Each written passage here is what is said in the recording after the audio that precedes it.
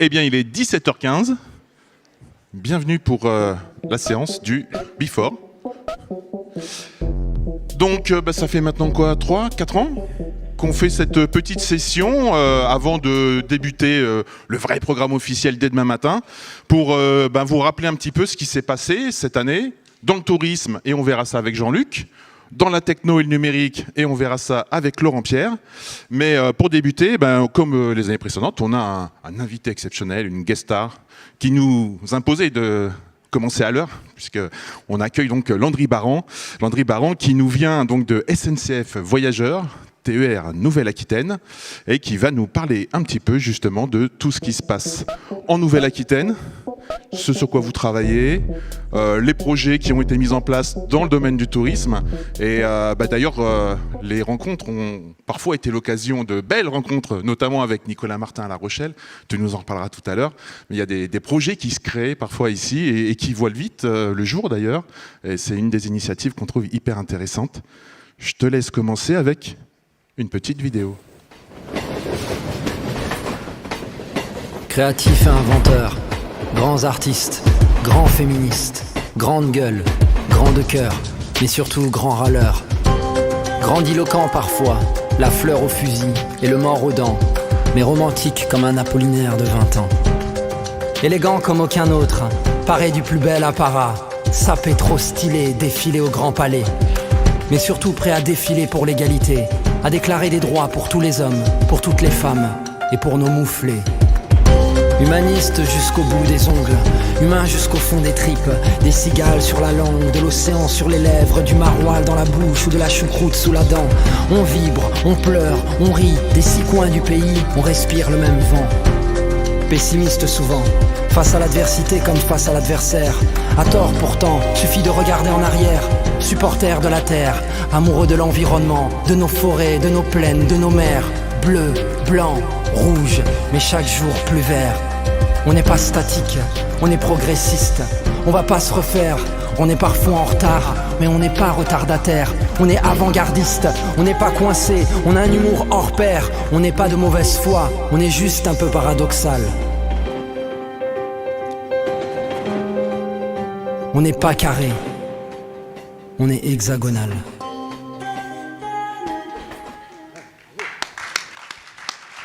C'est pas de moi, hein. Vous entendez bien là, oui, c'est bon. Voilà, c'est comme je dirais que tout le monde connaît la SNCF avec ses bonnes et parfois ses expériences un peu plus difficiles. Je m'étais dit que c'était peut-être mieux de présenter la SNCF avec ce petit film qui vous dit aussi tous les métiers qu'on a. Aujourd'hui, ce qui est important pour moi, c'est dans un monde où on a besoin de prendre soin de notre habitat, qui est la planète, à l'heure où la 7e limite planétaire vient d'être déplacée le mois dernier, en fait, j'aime à dire que le train fait partie de la solution pour une véritable transition climatique. Et aujourd'hui, c'est pour cette raison que je suis là. C'est le sens du manifeste Faire contre carbone que notre ancien président, depuis quelques jours, avait édité avec la Fondation Jean Jaurès. Et c'est aussi notre ADN chez nous, TER Nouvelle-Aquitaine, de relier les hommes, les femmes et les territoires. Du coup, juste quelques informations sur qui on est. Nous, SNCF Voyageurs, au sein de TER Nouvelle-Aquitaine, on a un réseau où on exploite 750 trains à peu près par jour. On transporte plus de 100 000 voyageurs par jour et on fait ça pour le compte du Conseil régional Nouvelle-Aquitaine. C'est important de se dire ça parce qu'aujourd'hui, on est devenu au fil des années une véritable colonne vertébrale des mobilités durables en Nouvelle-Aquitaine. Et on a aujourd'hui 78% de nos clients qui sont des occasionnels, en majorité des touristes qui viennent l'été. Et ça, c'est lié aussi à la spécificité de notre région, qui est une région attractive en matière de tourisme. Alors, pourquoi je suis là aujourd'hui parmi vous? Il y a 2 raisons fondamentales. La première, c'est que finalement, la mobilité, elle fait partie intégrante du tourisme. Avant le départ, pour se rendre à sa destination, pendant son voyage pour bouger sur place et in fine pour rentrer chez soi. Et en fait, on s'est aperçu que les émissions de CO2, grâce au calculateur carbone du CRT Nouvelle-Aquitaine, représentent finalement plus de la moitié des émissions à travers le transport, que ce soit 44% pour le transport à la destination ou 11% pour le transport sur place. Et du coup, c'est important, si on veut décarboner le tourisme et avoir un tourisme encore plus durable, d'agir sur le transport. Et c'est la raison pour laquelle je suis là aujourd'hui. L'ADEME a défini 3 axes principalement pour travailler sur le tourisme plus durable: les mobilités actives, l'intermodalité et le report modal de l'avion ou de la voiture. Et ce que je vais vous exposer aujourd'hui, c'est de voir quelles sont les initiatives qu'on a lancées en 2025 et un peu avant dans cette tendance-là pour améliorer le bilan carbone du transport dans le tourisme.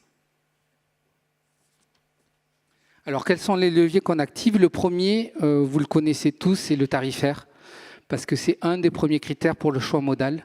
Donc je voulais juste insister sur ce point-là parce que nous avons une gamme qui répond à tous les profils de clients. On l'a développée avec la région Nouvelle-Aquitaine. Je mets en exergue 3 produits un peu occasionnels pour le tourisme. La carte Plus, qui est une carte qui vous donne droit à 50% de réduction tout au long de l'année. Le tarif Tribu, qui est un tarif qui est dégressif en fonction du nombre de personnes. Vous voyagez à 2 personnes, c'est moins 20%, 3 personnes, moins 30%, à partir de 4, moins 40%. Et le Pass Escapade qui a lieu l'été, où là, vous avez un forfait pour 1 ou 2 jours de déplacement avec des enfants jusqu'à moins de 12 ans gratuits.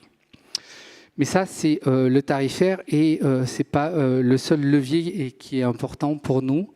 Le premier, c'est parmi les mobilités actives qu'a défini comme axe l'ADEME, c'est des services spécifiques. Et nous, on a envie d'embarquer dans nos trains les cyclotouristes et les excursionnistes à vélo.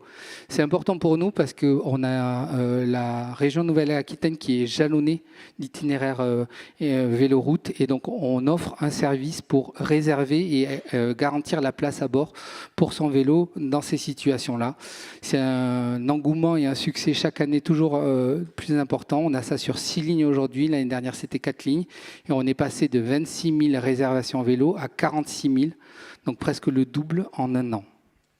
Ces services et ces tarifs spécifiques, on est d'accord, Landry, sont propres à la région Nouvelle-Aquitaine. Chaque service régional a ses propres leviers, sa propre capacité à négocier, parce qu'on a des gens qui viennent de toute la France, là, et donc on ne retrouve pas forcément ces mêmes services, on est d'accord? Exactement. La tarification, elle est spécifique. Il y a beaucoup de régions et de plus en plus de régions qui mettent en place cette réservation vélo pour garantir une expérience fluide dans les régions, surtout l'été.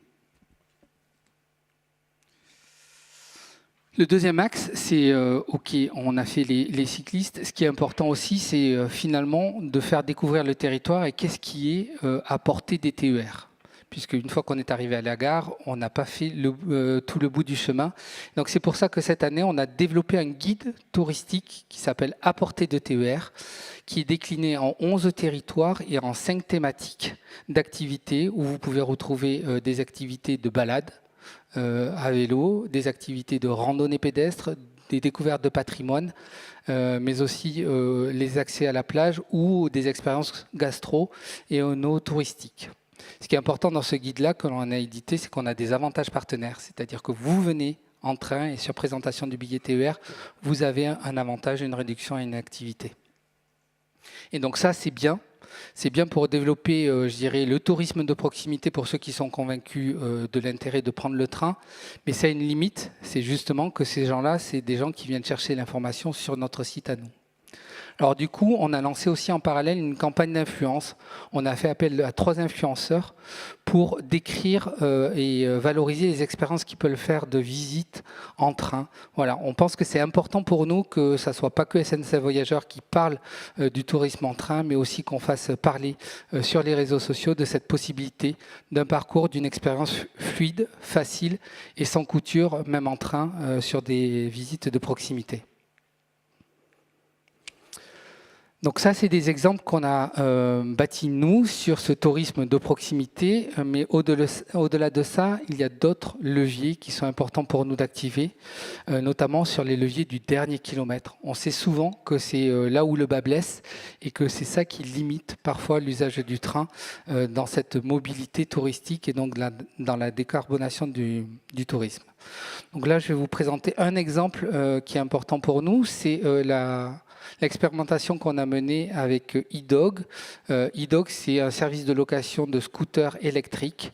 L'idée, c'était d'offrir la location d'un scooter électrique en sortie de gare, en association avec Val-de-Garonne, donc ça se passait à Tonneins et à Marmande, de façon à permettre de visiter les alentours. Et bien sûr, si on prenait le TER, on avait le droit à une réduction tarifaire. Voilà. Donc c'est un projet qui était mené, je dirais, en coopération avec ADI, qui porte le Tourisme Lab, et à l'intérieur du Tourisme Lab, l'incubateur Tipeee 535 dans lequel eDog était incubé, mais aussi dans le cadre d'un AMI à tout France. Voilà, donc petit clin d'œil sur ce projet, c'était un fort succès. 700 trajets effectués le premier été. C'est un travail que j'aime bien parce que c'est en partenariat. On a poussé côté SNCF Voyageurs des newsletters pour faire connaître le service. On a eu aussi un retour et une mise en avant de ce service-là à travers les séjours bas carbone du Comité régional de tourisme en Nouvelle-Aquitaine. Ça nous a permis de développer cette première expérimentation. Et là, les travaux sont en cours avec ADI, le CRT Nouvelle-Aquitaine et aussi la région pour développer ce service dans d'autres gares sur la même ligne pour pouvoir, je dirais, améliorer aussi l'expérience client tout au long de la ligne et découvrir de nouveaux territoires. La deuxième expérience que je voulais vous partager, là aussi, c'est sur la mobilité pendant le trajet. Alors, comme tu le disais, c'est né ici, ce projet-là, donc il me tient particulièrement à cœur puisque j'ai rencontré Nicolas Martin ici et qu'on s'est lancé le défi mutuel de lancer en quelques mois ce service-là. C'est un service qui nous permet, en fait, dans le pass Océan La Rochelle, qui est un city pass pour La Rochelle, mais aussi qui a des entrées sur des sites à Niort, Saintes et Rochefort, de proposer d'aller dans ces sites déportés en TER et du coup de décarboner la mobilité sur place. Voilà, c'est un projet où on vient de finir la deuxième année d'expérimentation. On a aujourd'hui un quart, et c'est énorme pour moi, je ne pensais pas qu'on arriverait à ces taux d'utilisation, on a un quart des porteurs de ce City Pass qui prennent le train pour aller visiter les sites à Saintes, Niort et Rochefort. C'est énorme et c'est plus 30% par rapport à l'année précédente.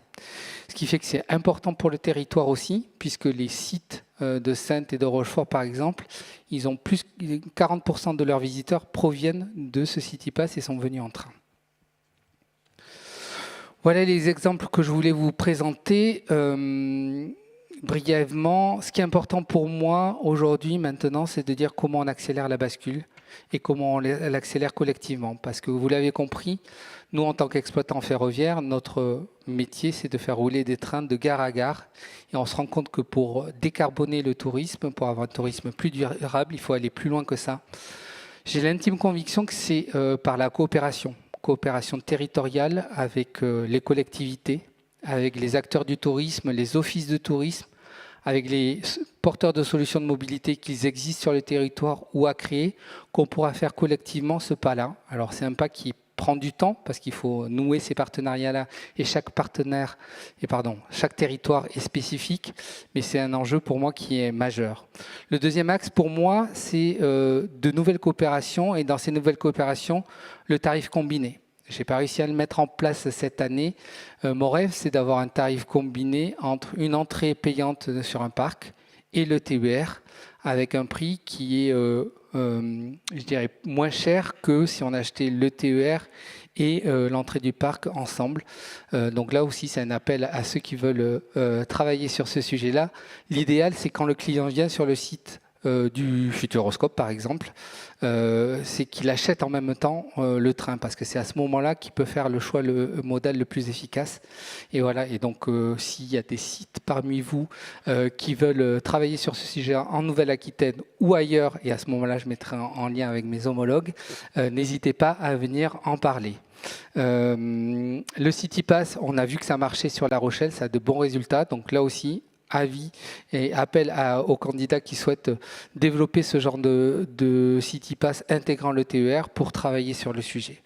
Et enfin, le dernier levier sur lequel on souhaite travailler l'année prochaine, et c'est un sujet qui est porté par le CRT Nouvelle-Aquitaine, c'est la mise en tourisme des lignes ferroviaires.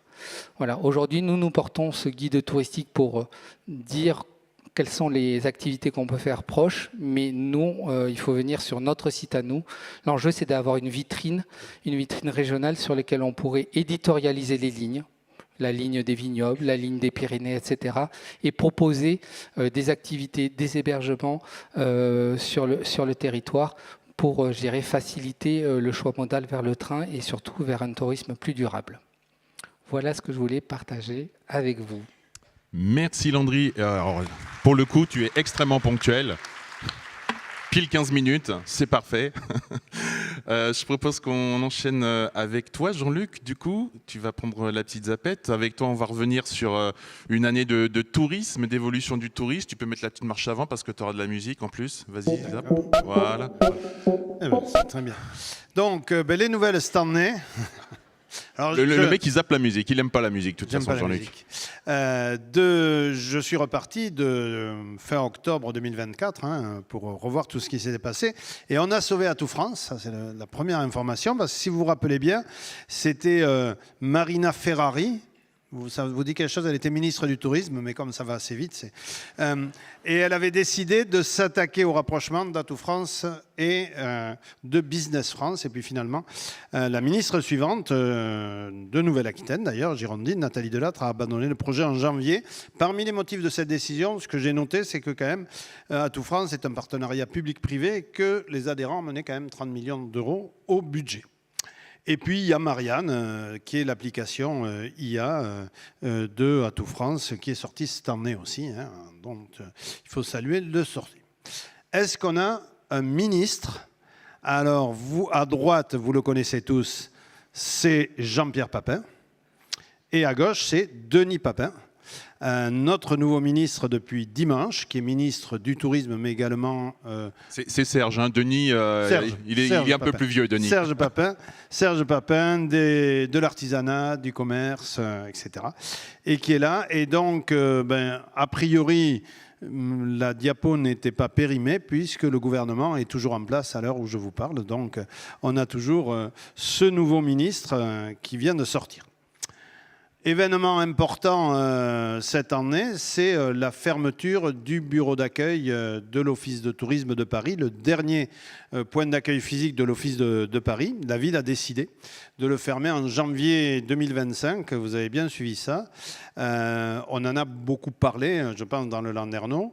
Et l'explication, c'est qu'on a une application qui s'appelle Paris Je t'aime, pour remplacer le point d'accueil physique. Donc, en préparant, j'ai quand même téléchargé l'application Paris Je t'aime pour voir, par exemple, si on cherchait un restaurant sur l'île Saint-Louis, il y en a un.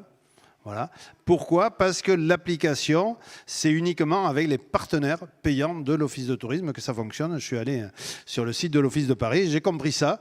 Donc vous voyez, même l'Office de tourisme de Paris est confronté à dire est-ce qu'on met en avant uniquement les partenaires? Pour le moment, il n'y en a vraiment pas beaucoup. Pourtant, ça ne coûte que 450 € par an pour pouvoir être sur l'application. Donc voilà un peu par quoi est remplacé le point d'accueil physique de la ville de Paris. De son taquin, là. Pardon? Je te sens un peu taquin, non? Un peu. Mais il n'empêche que cette décision, ça fait parler largement au-delà juste du milieu des offices de tourisme. Mais c'est une musique qui se fait de plus en plus entendre. Moi, quand je discute avec des directeurs généraux de collectivités qui soufflent à leurs élus de dire, mais vous voyez, même Paris ferme des bureaux d'accueil. Et d'ailleurs, ce titre, vous voyez, de TF1, la fermeture du dernier bureau parisien sonne-t-elle la fin du modèle? Alors, c'est pas le seul événement, mais c'est vrai que sur les modalités d'accueil et sur le rôle de l'accueil physique des offices de tourisme, il y a, d'après moi, largement à se réinventer parce que sinon, je pense qu'on va se retrouver avec beaucoup moins de bureaux d'information touristique s'ils n'ont pas de services différents à offrir que juste de l'information basique. Sur la fréquentation touristique, on a retrouvé des niveaux d'avant Covid. On peut saluer la sortie du premier vademecum de l'économie touristique française qui a été réalisé par la revue Espace avec un certain nombre de contributeurs. Et il y a quand même, c'est une mine d'informations. Donc par exemple, là, on voit, il n'y avait plus le memento touristique. Les plus anciens se rappellent de ce memento qui était fait par le ministère et qui n'existe plus depuis quelques années. Et on voit là qu'on a bien eu nos 100 millions d'arrivées internationales en 2024 et qu'on a eu 1,6 milliard de nuitées touristiques. Donc tout le monde s'est félicité. On est revenu au niveau d'avant Covid en termes de tourisme sur l'année 2024. Mais il y a, dans cet atlas, il y a une nuance importante qui est amenée entre le PIB du tourisme. Vous savez, souvent on dit en France, le PIB du tourisme, c'est aux alentours de 8%. Et là est amenée la notion de consommation touristique intermédiaire, CTI. Et donc, en fait, on calcule tout ce qui a été consommé par les ménages français, on enlève ce qu'ont consommé les résidents et on arrive à cette consommation touristique intermédiaire. Et de là, on a enlevé tout ce qui a été acheté à l'extérieur de nos frontières, c'est-à-dire qui a été importé, le transport, etc. Et on arrive à la différence, à notre vrai...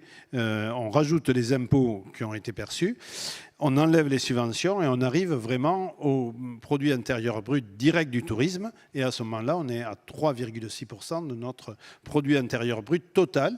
Donc c'est toujours intéressant de voir comment on calcule l'ensemble de nos... C'était super clair. De nos Merci. statistiques. T'as pas compris? On a tout compris. Voilà. En Bravo. fait, Ton stage à Bercy a été efficace.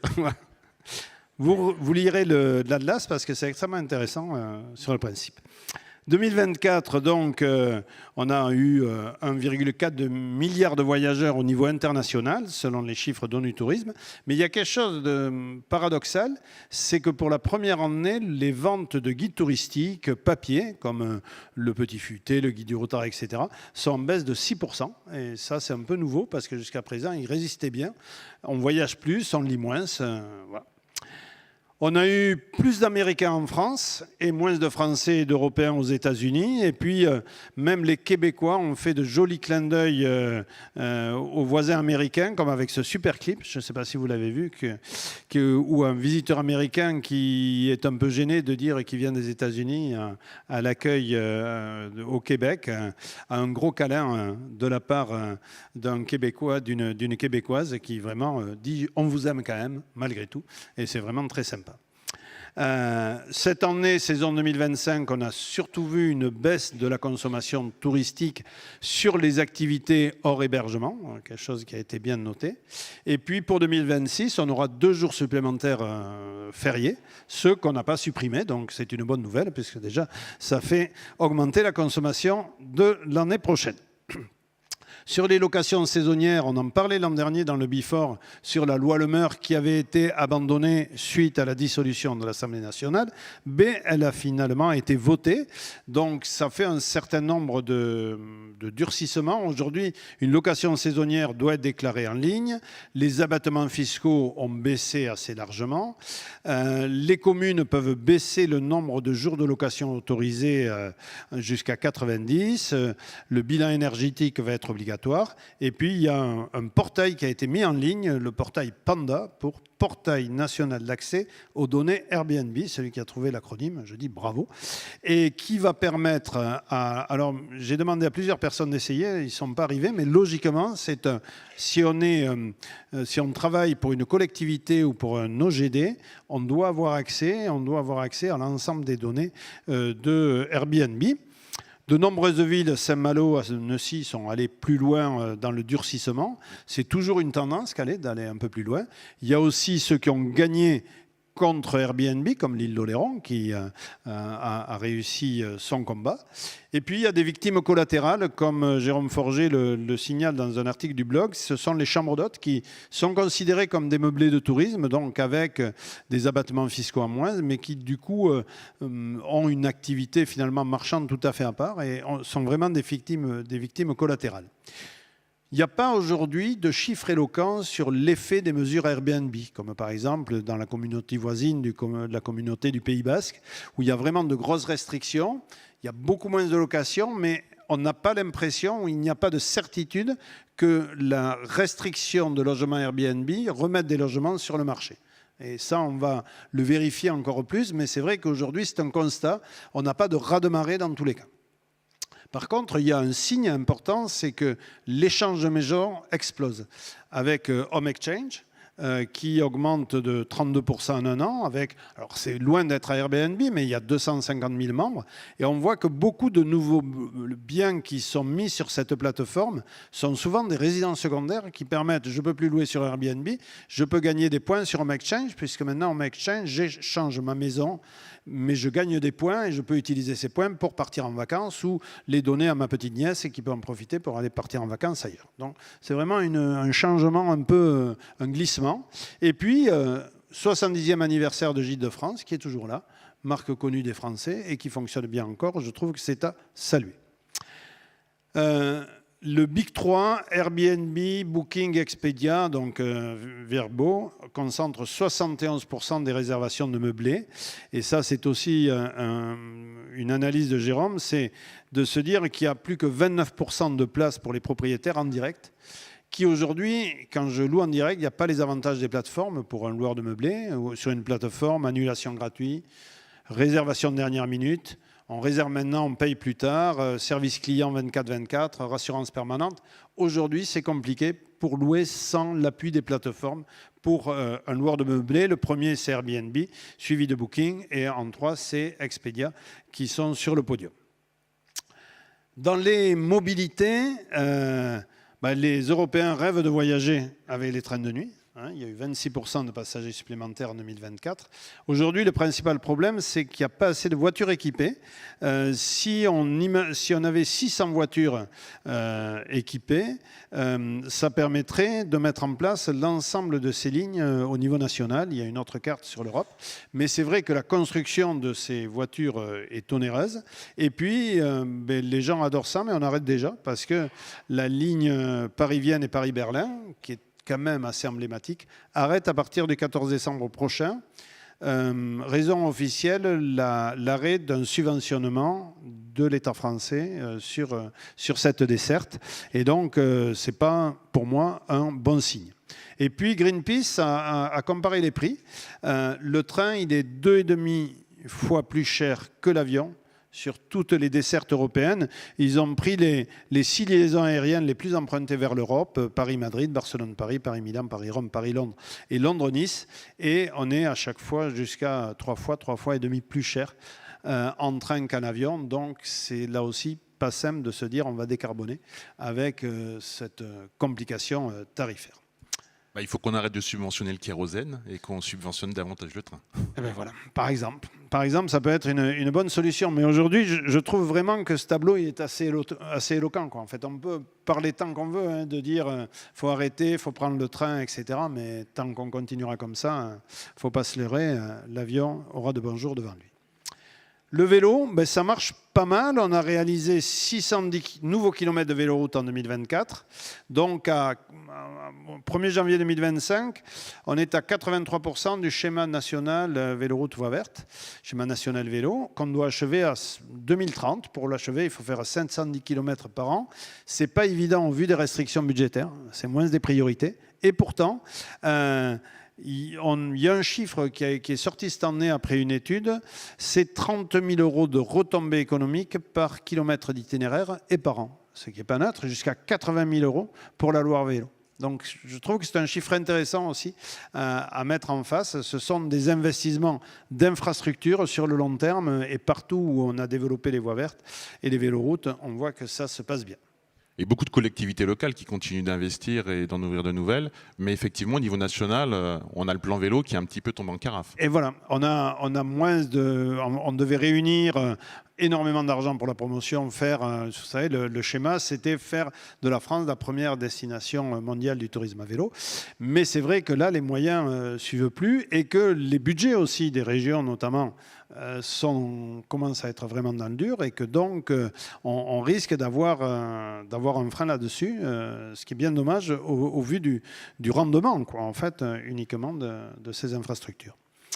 Un mot sur le tourisme durable.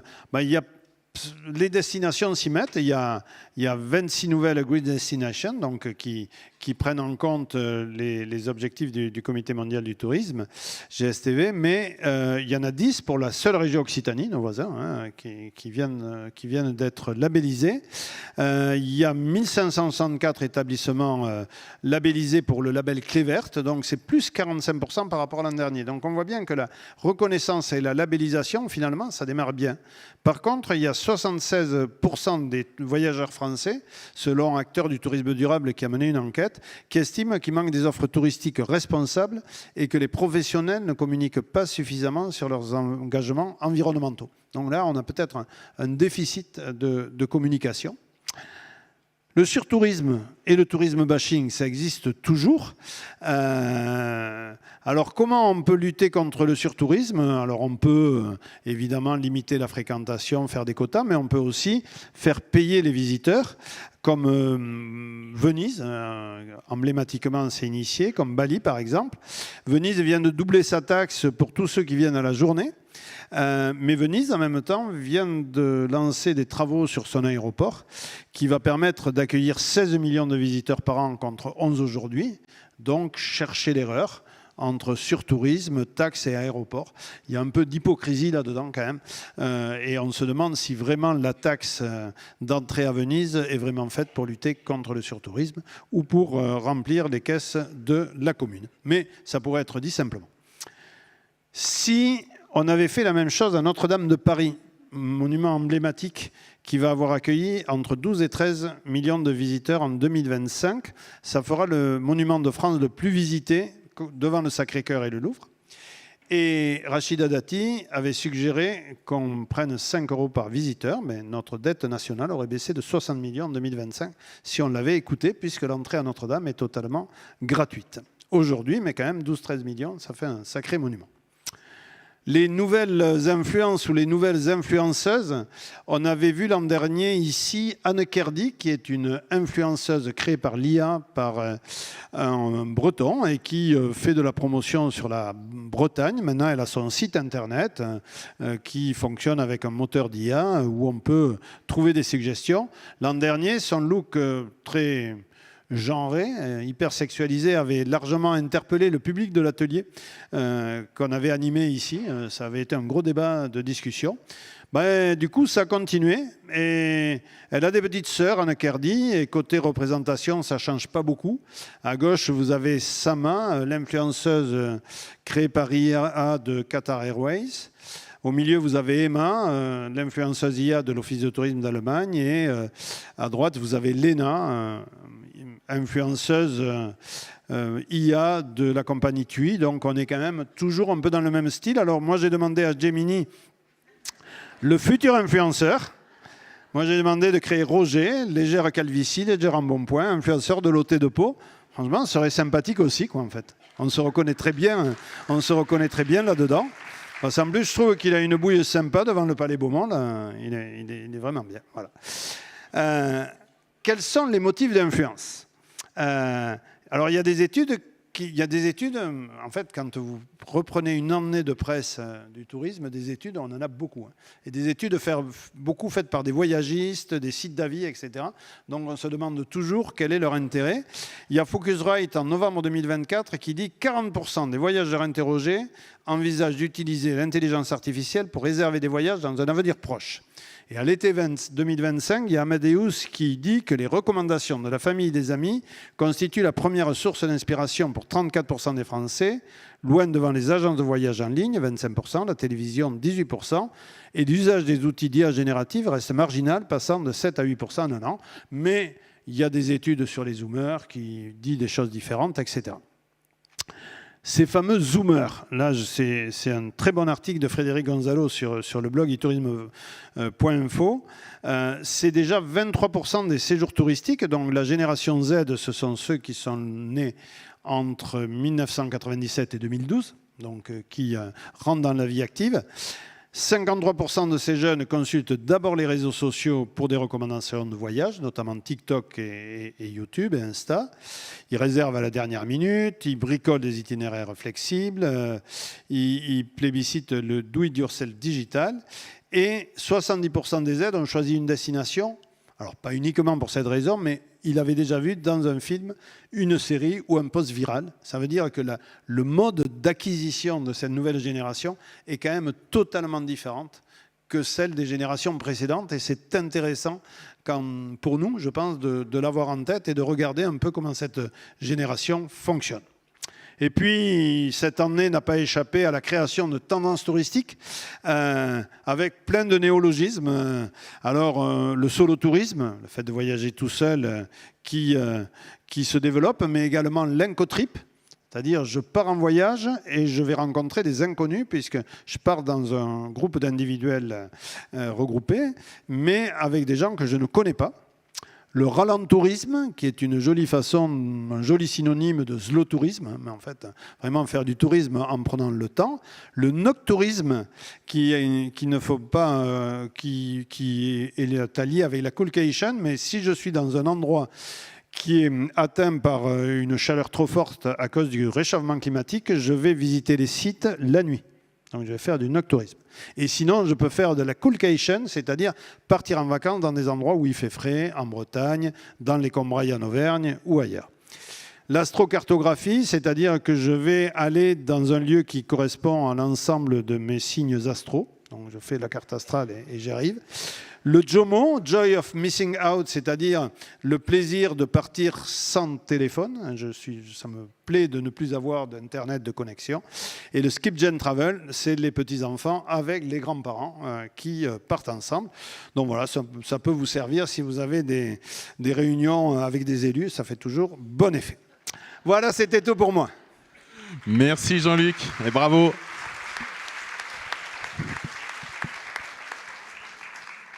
On passe à la techno et à l'innovation avec toi, Laurent Pierre. Qu'est-ce qui s'est passé de beau cette année? Beaucoup d'IA l'année dernière. Ouais, donc encore quelques morceaux d'IA. Moi, je vais écouter ma musique. Bon, allez, on va gagner du temps parce que Jean-Luc a débordé. Oui, je te rappelle que Landry a un train à prendre et a priori, il ne peut pas le décaler. Il sera à l'heure. Donc, le numérique cette année, donc juste deux gros sujets. Un premier sur tout ce qui va concerner les moteurs de recherche et les réseaux sociaux. Alors, je vous ai remis ce petit sondage assez frais puisqu'il date de 2022. Mais ce qui m'a intéressé, c'est qu'en fait, on retrouve ces typologies, ces 5 grandes typologies, sur à peu près tous les sondages qu'on voit passer, que ce soit sur les utilisateurs de l'IA, les utilisateurs du e-commerce, les utilisateurs des moteurs de recherche.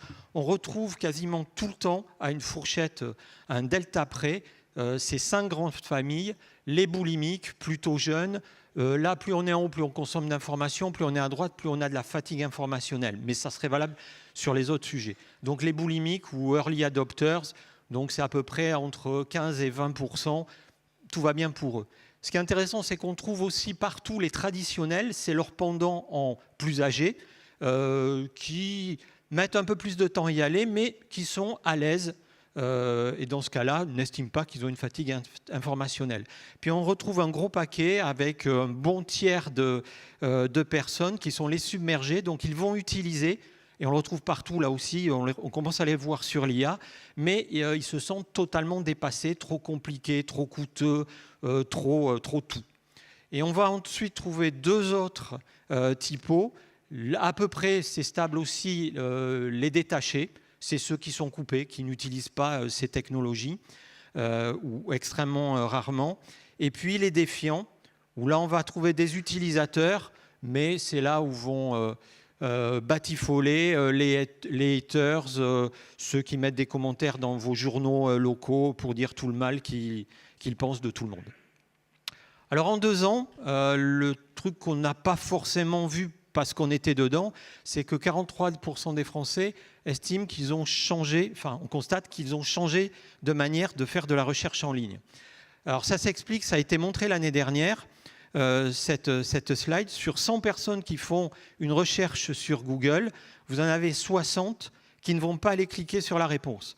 Dans 37%, la réponse vous est donnée, de quelle couleur est le cheval blanc d'Henri IV ou quel est le maire de Pau. Vous avez la réponse, vous n'allez pas plus loin. Dans 22% des cas, vous allez enchaîner, vous avez la réponse et vous allez relancer une requête. Et puis, donc, seulement 40 personnes sur 100 vont aller cliquer sur un des résultats. Et sur ces 40-là, seulement 3/4 vont aller réellement cliquer. Les autres, elles vont aller cliquer sur soit des cartes, soit des vidéos, et 1% sur des publicités.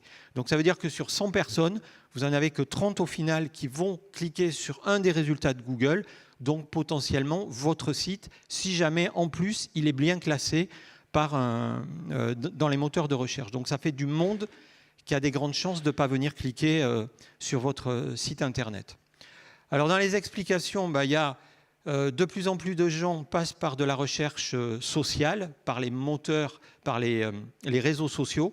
Vous voyez sur la droite, même si Google représente encore 90%, et c'est en train de descendre, ça reste beaucoup, mais c'est quand même une tendance, on va faire de la recherche sur TikTok, sur YouTube, sur des réseaux sociaux.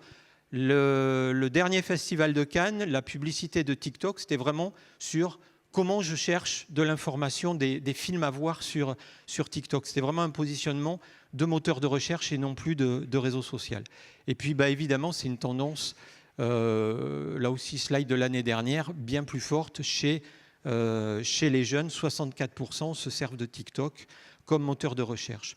Autre facteur qui fait ce changement, toute la recherche générative, donc où là, les moteurs de recherche comme Google aux États-Unis, ce qui est en train d'arriver, vont vous proposer directement par de l'IA un contenu qui va vous permettre de ne plus aller voir les sites web, mais va vous remonter directement votre réponse. Donc, pourquoi aller cliquer? Et tout ça amène la notion, Frédéric Gonzalo nous a payé pour le citer à toutes les interventions, l'excellent blog de Frédéric Gonzalo qui parle de découvrabilité, c'est-à-dire la capacité des moteurs d'IA à trouver sur votre site l'information pour les remonter quand quelqu'un demandera des informations et que ça aille puiser chez vous. Alors, je rappelle, je ne sais plus si je ne l'avais pas déjà donné la dernière fois, mais il évolue en permanence, le HubSpot AI Search Grader, qui va vous permettre de donner, par exemple, je suis l'office de tourisme de tel endroit, ma ville, tel endroit, je suis dans le secteur touristique, grand secteur d'activité, loisirs par exemple, et il va vous donner un score en analysant votre positionnement sur OpenAI, Perplexity, Gemini, etc., en vous donnant des très bonnes recommandations pour améliorer votre site Internet, pour qu'il soit mieux découvrable par ces moteurs d'intelligence artificielle. Là aussi, ça avait été présenté l'année dernière avec One Provence. On a pris un autre exemple avec Infiniment Charente. Les web génératifs, où vous ne bâtissez plus votre site, mais vous faites une base de connaissances et une IA vous propose à l'internaute, vous posez votre question et puis le moteur IA va vous trouver les réponses. Donc vous alimentez une base de connaissances. Et si on regarde du côté des réseaux sociaux, là aussi, beaucoup d'intelligence artificielle. Ce monsieur de chez Accenture explique que le constat, c'est que Facebook, il y a encore beaucoup de monde qui l'utilise, mais il y a moins de monde qui publie des choses originales. Et donc, pour contrebalancer ça, Meta crée de plus en plus d'IA qui vont allant jusqu'à des faux vrais profils, donc des gens qui n'existent pas, qui sont totalement des avatars, et qui vont vous pondre du contenu qui va correspondre à vos centres d'intérêt et dont le but est de vous faire liker ces posts et amener vers notamment de la publicité. Alors quand on regarde qui achète des tokens IA, c'est-à-dire pour générer du contenu par IA chez les grands de la tech, vous voyez que Facebook y va ultra massivement. Donc, Facebook est en train de rentrer massivement dans cet usage-là. Alors ça a des conséquences que l'on voit tous les jours. L'excellent magazine en ligne Next a lancé au début de l'année un repérage des médias entièrement générés par de l'IA. Ils le mettent à jour. Je ne suis pas allé dernièrement, je crois qu'ils ont passé les 5000, je ne sais plus si c'est 5000 ou 6000. Donc, c'est des médias sur des sites internet qui proposent de l'actu, qui en général se basent sur des communiqués de presse, ou des dépêches de l'AFP, par exemple, et qui vont générer des articles. Il n'y a pas un seul humain, c'est entièrement généré par de l'IA. Et ça, évidemment, de boule de neige en boule de neige, de sites générés par des IA en sites générés par des IA, tout ça est repris sans aucune vérification. Et il y a plusieurs exemples qui passent dans la presse classique sans vérification sur des choses qui sont totalement fausses. Puis dernier point là-dessus, sur toujours ces chiffres paradoxaux, sur le commerce électronique, on a 73% des Français, c'est la même chose sur tous les âges, hein, les jeunes, les moins jeunes, qui disent que la politique RSE de l'entreprise est ultra importante pour eux pour acheter un produit. Et ces mêmes jeunes qui nous disent ça, 73% d'entre eux ont acheté l'année dernière sur une des plateformes chinoises particulièrement réputées pour leurs bonnes pratiques RSE. Donc voilà, on se retrouve avec par moment un coup c'est noir, un coup c'est blanc. Paradoxe. Beaucoup de choses sur l'IA qui sont intégrées dans les moteurs de recherche et dans les réseaux sociaux. Et puis quelques infos sur l'IA. Alors, truc intéressant, ça, ce magnifique graphique grisouillant, c'est l'argent investi par les capitaux risqueurs dans les startups dans le monde. Et en rouge, c'est la même chose, mais dans les startups qui travaillent sur de l'intelligence artificielle. Depuis la fin du dernier trimestre dernier, vous voyez, c'est la moitié de l'argent qui est investi dans des startups. Et c'est le même chiffre en premier trimestre 2025 et deuxième trimestre 2025. Donc, gros sujet de fond chez les investisseurs. Quand on regarde les signaux faibles qui deviennent pour la plupart rapidement très vite signaux forts, on a la recherche générative et le web génératif, on en a dit deux mots à l'instant, on a tout ce qui va être agent IA, vous allez en parler dans les ateliers, vous avez la problématique de l'énergie et de l'IA, et puis vous avez des notions d'IA faibles, fortes et de super intelligence.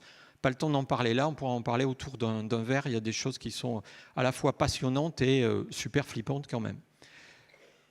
Au niveau des agents intelligents, alors on a un peu l'impression que ça y est, ils sont parmi nous, il y en a plein. Bon, quand on regarde réellement, c'est plus des automatisations que vraiment la promesse d'avoir des bouts de code basés sur de l'intelligence artificielle totalement autonome qui soient capables de faire des choses à votre place pour faire tout ce qui est marqué ici, de la recherche des analyses, du jeu, du support client, etc. C'est en train d'arriver, mais j'estime qu'on n'y est pas tout à fait encore, c'est en cours. Et puis pour terminer, si on regarde un peu plus loin, où on va sur l'IA, waouh, c'est une couleur bizarre. Couleur très bizarre. Je vais vous le traduire en bonne couleur. Alors, un système d'intelligence artificielle, ça s'articule autour de 3 grosses briques. Les applications, donc j'ai cité Duolingo, Netflix, maintenant vous avez de l'IA près dans tout ce qui est application. Les modèles d'IA, donc ça c'est OpenAI, c'est Mistral, c'est le chat, c'est les moteurs d'intelligence artificielle qui s'appuient sur des données qu'ils ont ingurgitées.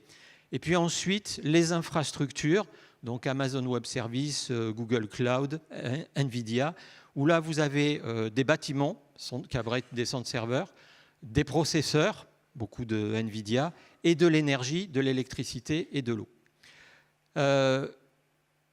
3 sur 4, les data centers, les processeurs, l'énergie, la limite, c'est uniquement de l'argent. Plus vous mettez d'argent, plus vous achetez de processeurs, plus vous achetez d'électricité, plus vous faites des gros data centers pour faire des IA puissantes. Les données, c'est différent. Il faut avoir plus de données à faire ingurgiter pour passer de ChatGPT 4 à 5, puis à 6, à 7, etc. Quand on regarde ce tableau, c'est un peu l'évolution si on reste sur les tendances du moment. Donc vous avez les années, de 2 ans en 2 ans. L'OM, c'est l'ordre de grandeur. En gros, entre 2 années, on va multiplier la capacité de ces IA par 10. Les équivalents H100, H100, c'est les cartes graphiques NVIDIA qui permettent de faire les nouvelles générations de ChatGPT 4, 5, 6.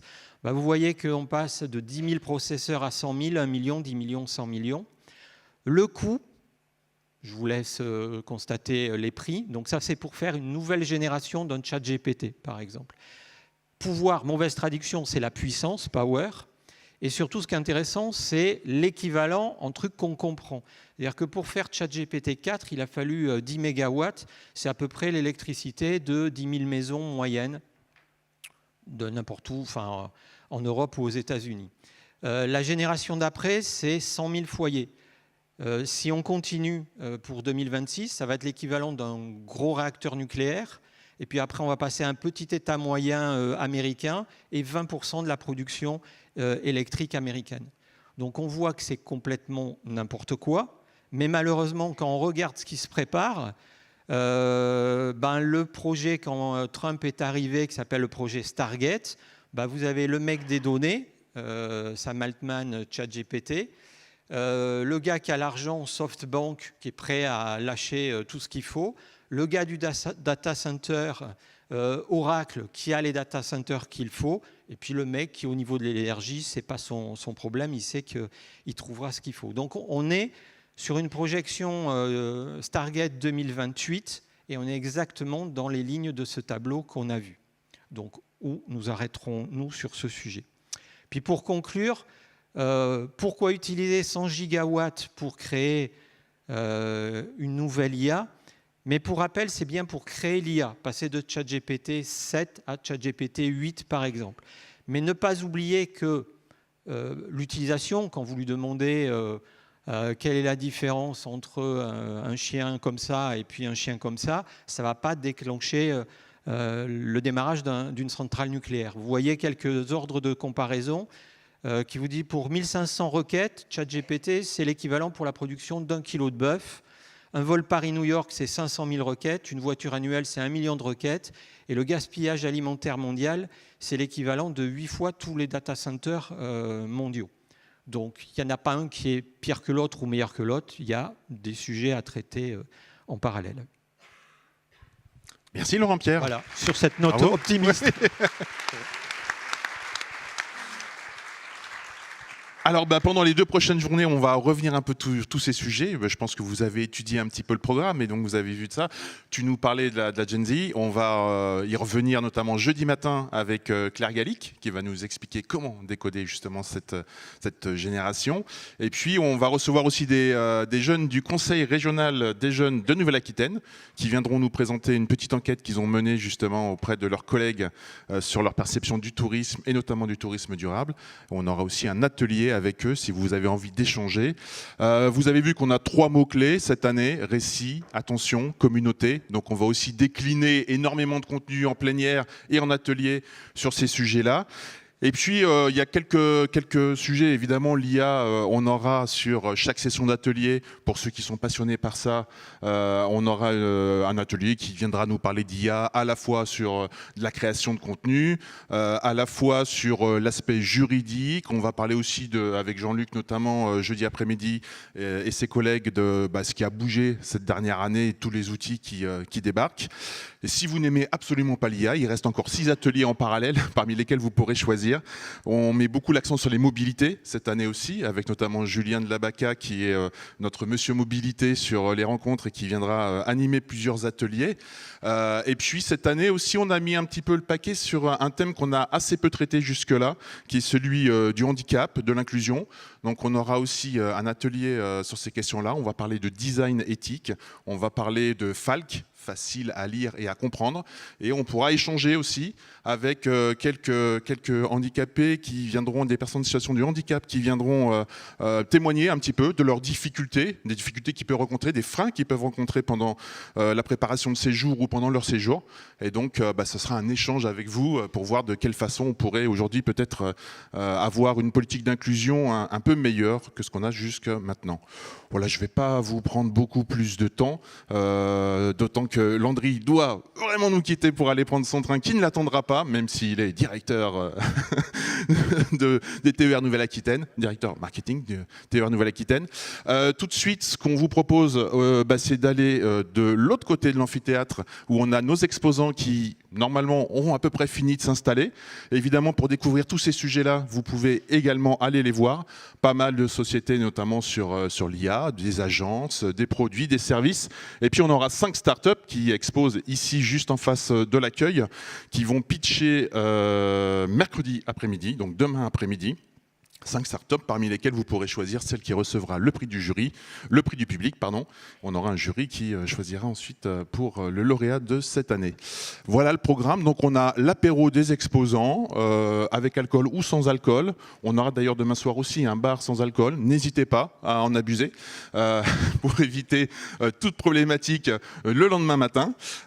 Mais en tout cas, n'hésitez pas à aller faire un tour chez nos exposants qui ont plein de choses à vous raconter, de nouveaux produits à vous montrer. Et on vous souhaite une bonne soirée.